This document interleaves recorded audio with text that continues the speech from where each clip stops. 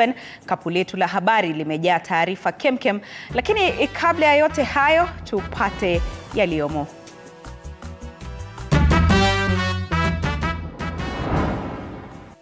Orodha ya wanafunzi wanaojiunga na kidato cha kwanza mwakani yatolewa. Apart from NEMIS, we are going to come up with an integrated kind of system which is able to monitor the attendance and the progress of each and every student at each and every level. Waziri Machogu akisema wanafunzi wote watajiunga na shule za upili. Kenya yaingia kwenye mkataba na Ulaya ili kuuza bidhaa zake ughaibuni kwa mataifa 27. We have successfully negotiated a framework for the delivery of the bottom-up economic transformation agenda by connecting our hard-working workers and entrepreneurs with transformative opportunities. It is very important to strengthen our supply chains and diversify them with trusted, like-minded partners. Na mtu mmoja afariki dunia katika ajali ya barabarani Bungoma, huku 39 wakilazwa hospitalini. Kulingana na gari hii, dereva alikuwa na shida kwa sababu baada ya kudiscover kwamba gari imemshinda, aliruka kutoka kwa gari na akaaja abiria, na abiria wamekufa na wengine wameumia. Mtazamaji, imegonga saa 1 juu ya alama. Asante sana kwa kutuchagua, lakini kubwa zaidi kwa kututeua kama kitovu cha habari za kweli na za kuaminika. Mie ni mwanahabari wako Andrin Kilemi, mwenzangu kwenye lugha ya ishara ni Catherine Simaloi. Wanafunzi wote wa kidato cha kwanza wataripoti katika shule zao mbalimbali za sekondari kuanzia tarehe 15 Januari mwaka ujao. Haya ni kwa mujibu wa Waziri wa Elimu Ezekiel Machogu, ambaye aliongoza uzinduzi wa shughuli ya uteuzi wa kidato cha kwanza mapema leo. Wanafunzi wote waliozoa alama 400 na zaidi waliwekwa katika shule za kitaifa au shule za kimaeneo walizozichagua, huku wanafunzi wengine wakiwekwa katika shule za kaunti na kaunti ndogo. Shule ya wavulana ya Kabianga iliongoza orodha ya shule 10 zilizopendelewa zaidi na wanafunzi wakati wa uteuzi huo. Kabianga ikiandikisha idadi ya wanafunzi 186,355 waliochagua kujiunga na shule hiyo, ikiwa na nafasi ya wanafunzi 672 pekee. Shule ya wavulana ya Nanyuki ilipata maombi 158,741 na wanafunzi waliotaka kujiunga nao, ikiwa na nafasi ya wanafunzi 480 pekee. Shule nyingine zilizochaguliwa zaidi na wanafunzi ni pamoja na shule ya wasichana ya Pangani, shule ya wavulana ya Kapsabet, shule ya wasichana ya Alliance, shule ya upili ya Maseno, shule ya upili ya Nakuru, shule ya wasichana ya Butere, shule ya upili ya Mangu, huku shule ya upili ya Alliance ikichukua nafasi ya 10.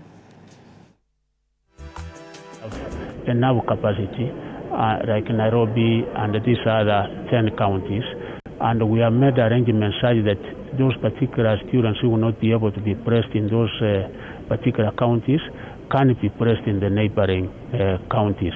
Capitation this coming month, January, for primary and secondary, we are going to require 60 billion, because the formula we are using from next year is 50-30-20, meaning that out of the total allocation required for the entire year, because we are starting the term right in January, not like when it was interrupted because of COVID, we are going to give 50% of the total required amount, which is coming up to 60 billion. We have already informed the National Treasury, and most likely we are going to get all that money. Na Wakenya sasa watapata fursa ya kuuza bidhaa zao kwenye mataifa 27 yaliyo kwenye mwavuli wa Jumuiya ya Ulaya bila kutozwa ushuru, ada au malipo ya ziada. Hii ni baada ya Kenya na Ulaya kutia saini mkataba wa makubaliano leo jijini Nairobi. Rais William Ruto amesema mkataba huo utawezesha bidhaa za taifa la Kenya kutambulika na kuingia kwenye masoko ya mataifa ya Ulaya.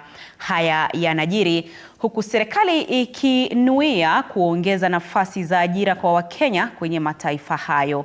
Mkataba huo ni kilele cha miaka 8 ya vuta ni kuvute. Aidha, mkataba huo utatoa nafasi ya uwekezaji wa shilingi bilioni 3.5 kwenye kawi isiyodhuru mazingira, huku taifa la Kenya likinuia kutumia mbinu zisizoharibu mazingira katika uzalishaji wa bidhaa zake.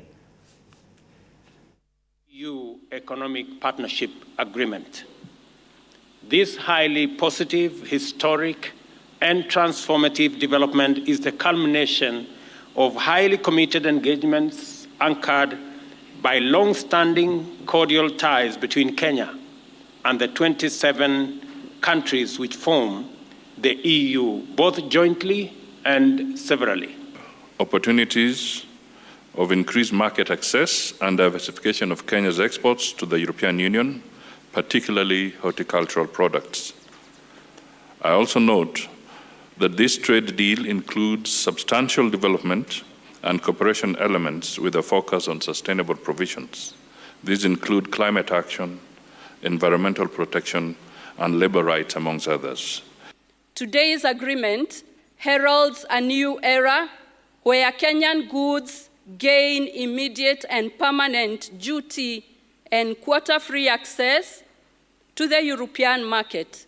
Over time, European goods will also gain preferential access to the Kenyan market.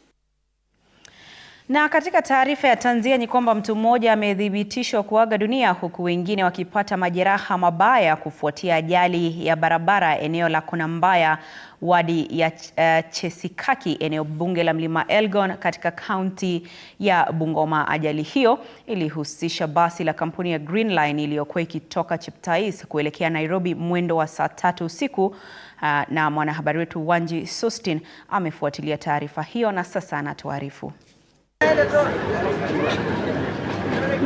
Kulingana na walioshuhudia ajali hiyo, basi hilo lilokuwa linasafiri kutoka nchi jirani ya Uganda kuelekea jijini Nairobi lilipoteza mwelekeo, mama mmoja akifariki papo hapo na watu wengine zaidi ya 30 wakiachwa na majeraha. Madereva waendesha gari lakini wasiwa wamelewa, wasiwa wamekunywa pombe. Kulingana na gari hii, dereva alikuwa na shida kwa sababu baada ya kudiscover kwamba gari imemshinda, aliruka kutoka kwa gari na akaaja abiria, na abiria wamekufa na wengine wameumia. Dereva wenzangu ambao tunaendesha magari, tuhakikishe kama umepepa uzito, hakikisha mahali fulani unakuja kwa njia ya utaratibu.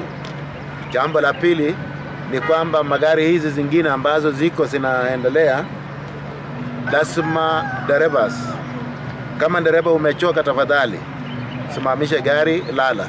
Wakazi kutoka eneo la Konambaya Chesikaki wamewataka madereva kuwa waangalifu na kuhakikisha wanaendesha magari kwa uangalifu ili kuepuka visa sawia ambavyo vimekuwa vikiripotiwa kila mara kutoka eneo hilo. Waweza kuweka matuta ya barabara pale juu, na serikali kuje kuweza kuangalia, walete engineers ambao wanaweza kuangalia na kunyorosha barabara hii, kwa sababu kwa muda mfupi ambao umepita umeweza kushuhudia ajali mbaya sana.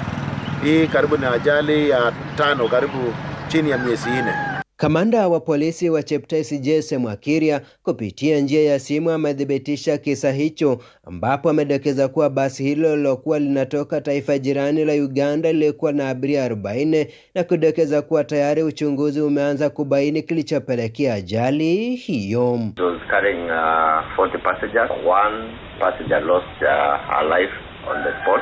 The others were taken to the sub-county hospital and the Spikers hospital. The various injuries and currently they are still receiving treatment. Mwili wa mama huyo umepelekwa katika hifadhi ya maiti katika hospitali ya rufaa ya Bungoma, majeruhi wakiendelea kupokea matibabu katika hospitali tofauti kaunti ya Bungoma. Wanji Sustin, TV47. Na waziri wa barabara na uchukuzi Kipchumba Murkomen amewataka watumiaji wote wa barabara, hasa wanaotumia magari ya kibinafsi, kuwa makini zaidi wanapotumia barabara katika msimu huu wa sherehe za Krismasi na mwaka mpya. Murkomen ameongeza kuwa ajali nyingi za barabarani zimetokea wakati wa wikendi baada ya madereva kulewa na kufeli kuzingatia sheria za trafiki. Akizungumza katika uzinduzi wa kampeni ya usalama barabarani inayoendeshwa na mamlaka ya kitaifa na usalama barabarani, mwenyekiti wa muungano wa wamiliki wa matatu Albert Karagasha ametoa wito kwa serikali kutoa mafunzo maalum kwa madereva wa matatu ili kupunguza ajali barabarani. I call upon all of us Kenyans to take a personal responsibility for the choices we make while on the roads, minimize the motivation behind risky road behavior. Accidents happen particularly around the towns and cities are between Friday evening and Monday morning. And all of them, or most of them, are related to drunk drivers. Also private vehicles are, most of them, the ones who are knocking pedestrians. And going forward, we've urged the government that we must have a PSV training school so that going forward, it will help in terms of training the drivers. But we urge Kenyans to take care, to be safe. The speed that thrills is actually the speed that kills. Avoid overtaking. Bodabodas especially, imagine you, musiwe na haraka, wanakuanga na haraka sana. They are very impatient. We are urging them to take time. Na katibu wa usalama wa ndani Raymond Omolo amesema kuna haja ya maafisa wanaofanya kazi mipakani kupata ujuzi unaostahili kuhusu usimamizi wa mipaka ili kudhibiti usalama wa nchi. Akizungumza katika uzinduzi wa mtaala wa usalama na udhibiti utovu wa usalama mipakani, Omolo ameusifu mtaala huo wa kusema kuwa utawasaidia katika kuhakikisha usalama wa watu na bidhaa zinazoingia humu nchini, na kuzingatiwa mtaala huo unanuia kuwapa maafisa wa usalama mipakani mwelekeo wa kukabiliana na utovu wa usalama. Hatua hii inajiri kufuatia kufutiliwa mbali kwa hitaji la visa ya kuingia humu nchini kwa wageni wote. Curriculum is basically meant for our frontline officers who man our points of entry and exit across all the border points. And primarily this is to equip them with the necessary tools to deal with the challenges that come with the movement, not just of people but also of goods across the border points.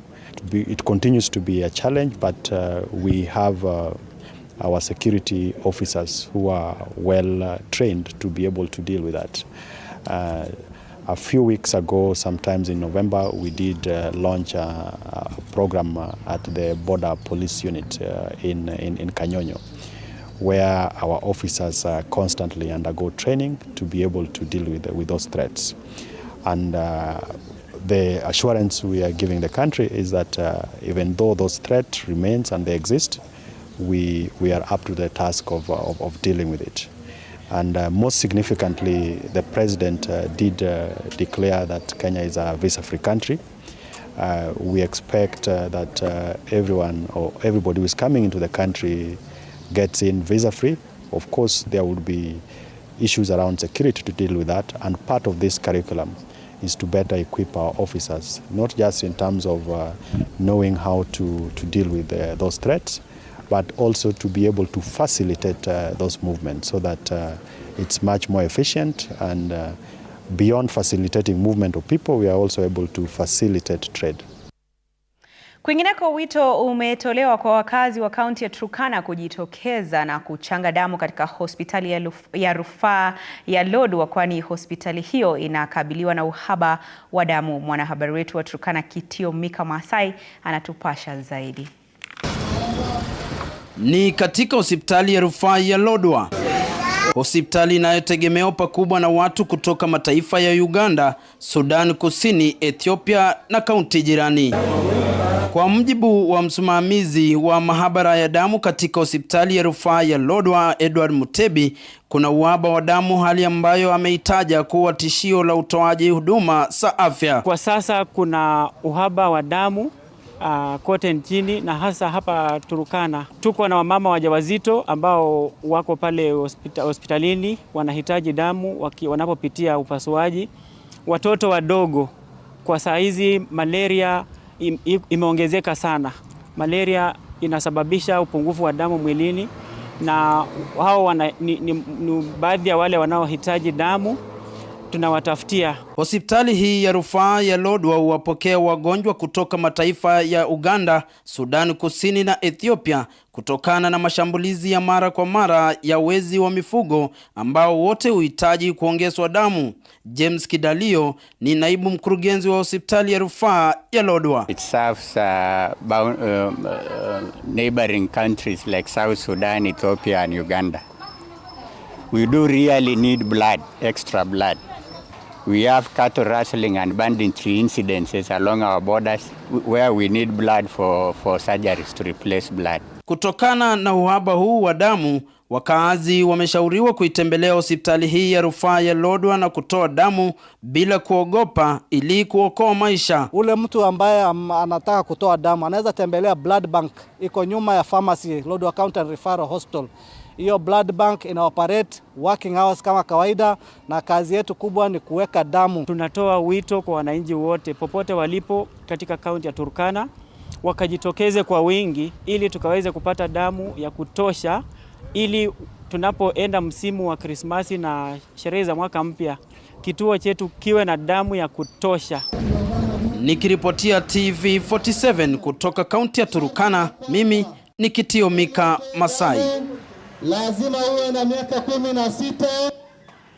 Kutoka Turkana sasa tuelekee kwingine ambapo hali ya huzuni imetanda katika kijiji cha Osutua, eneo la Nkoben, Narok Kusini, baada ya afisa wa kulinda misitu kudaiwa kufyatua risasi na kumuua mtu mmoja na kuwajeruhi wengine watatu kwenye kisa hicho. Mwanahabari wetu Isaac Famba ameandaa taarifa hiyo. Kwa mujibu wa ripoti kutoka idara ya misitu, maafisa hao walikuwa wakipiga doria kwenye msitu mmoja eneo hilo, ambapo walipata mifugo 12 waliojumuisha kondoo na mbuzi wakiwa kwenye msitu huo kinyume na sheria, na hivyo juhudi za maafisa hao ziligonga mwamba baada ya umma kuwazuia.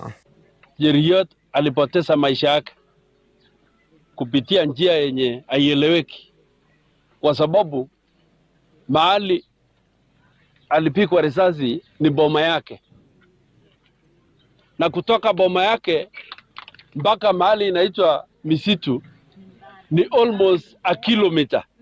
Walikuja kama raia na walikuwa wanatembea na mbuzi, wakaingia kwa shamba ya huyu mtu ambaye aliuawa anaitwa Edwin Koskei, na mimi nikafuata nikauliza, hii mbuzi mnapeleka wapi? Nikashika hiyo mbuzi nikamwambia mtu waachie mbuzi. Kustukia nyuma yangu wanapiga bunduki mtu mwenye hiyo maragwe. Ni hali ambayo wakazi wakiongozwa na mwakilishi wadi maalum kwenye bunge la kaunti ya Narok, Jefferson Langat, wameshitumu pakubwa na kusema mwenda zake pamoja na majeruhi watatu hawakuwa na silaha yoyote mkononi wakati wa tukio. Tunaambiwa ya kwamba huyo kijana Jeriot alipiga makoti akamwambia, sikuwa nimejua nyinyi ni officers, msiniue. Badala ya kushika na kufunga kama alikuwa na hatia, akambika risasi ya hapa, ikatokezea hapa nyuma. Tu alikuwa amepiga makoti hivi, risasi ikapita hapa. Wakazi sasa wametoa makataa ya wiki 2 kwa wahusika kuchukuliwa hatua za kisheria, la sivyo waandae maandamano ya kushinikiza haki kwa waathiriwa na mwenda zake kwa jina Edwin Cheriot Koskei. Tunapatia hawa wiki ngapi? Tusikia watu wamekanyaka sanduku ya kotini. Kama watakanyaka sanduku ya kotini, we will mobilize our people, tushike matawi, sisi wenyewe tuende kotini. Si ni ukweli? Isaac Famba, TV47.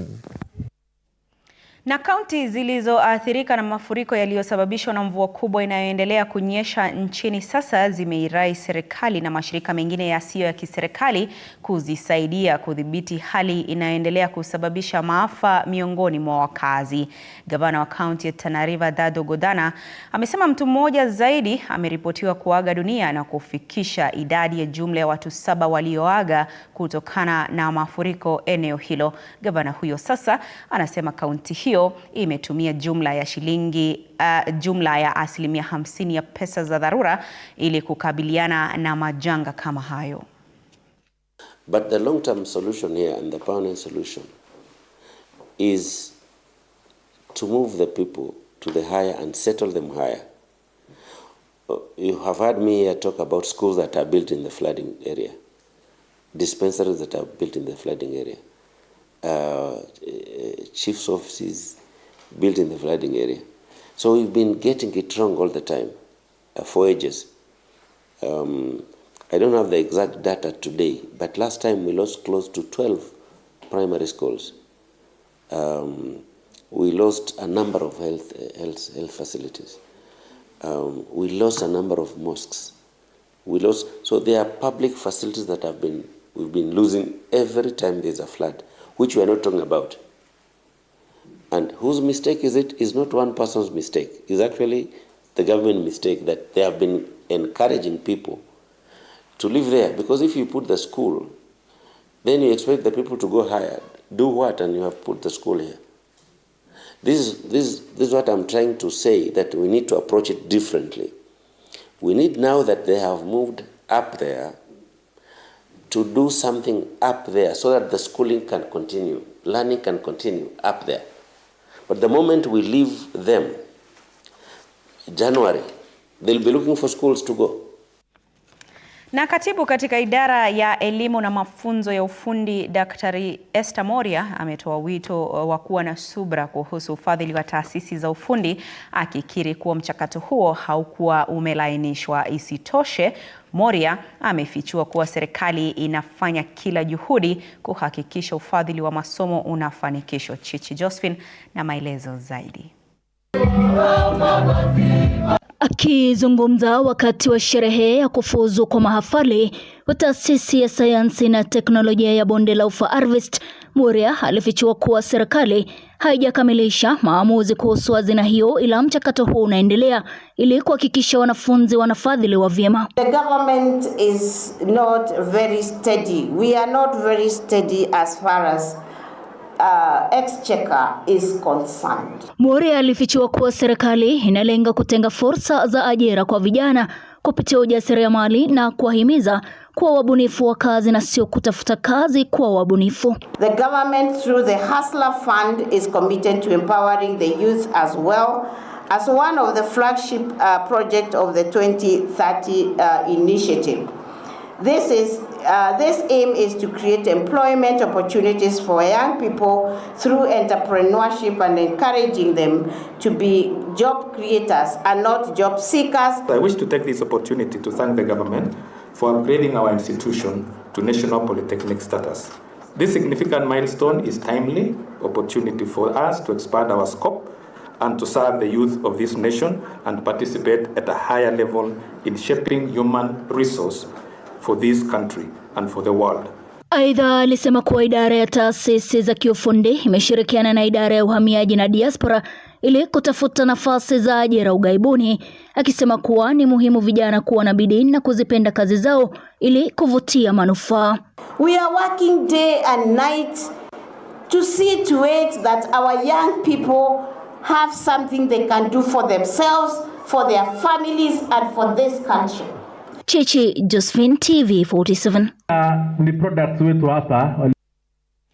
Na mahari ya kiwango cha juu ni sababu mojawapo inayosababisha wizi wa ng'ombe baina ya jamii za kaunti ya Baringo, wito ukitolewa sasa kwa baraza la wazee katika jamii hizo kuweka kiwango cha wastani cha mahari ili kuamua vijana wanaokosa kuoa. Wanji Sustin na maelezo zaidi.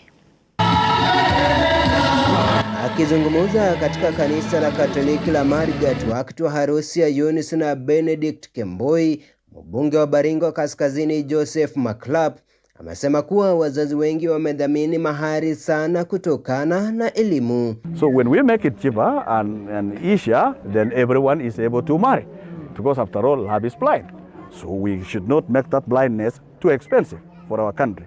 That is what we need to do, so that every hustler should be able to, marry. They should come up with a standard one, at least according to each and every culture, what was there before. Because we know what was there before. It was around some little amount, and maybe with some few cows, not more than 4.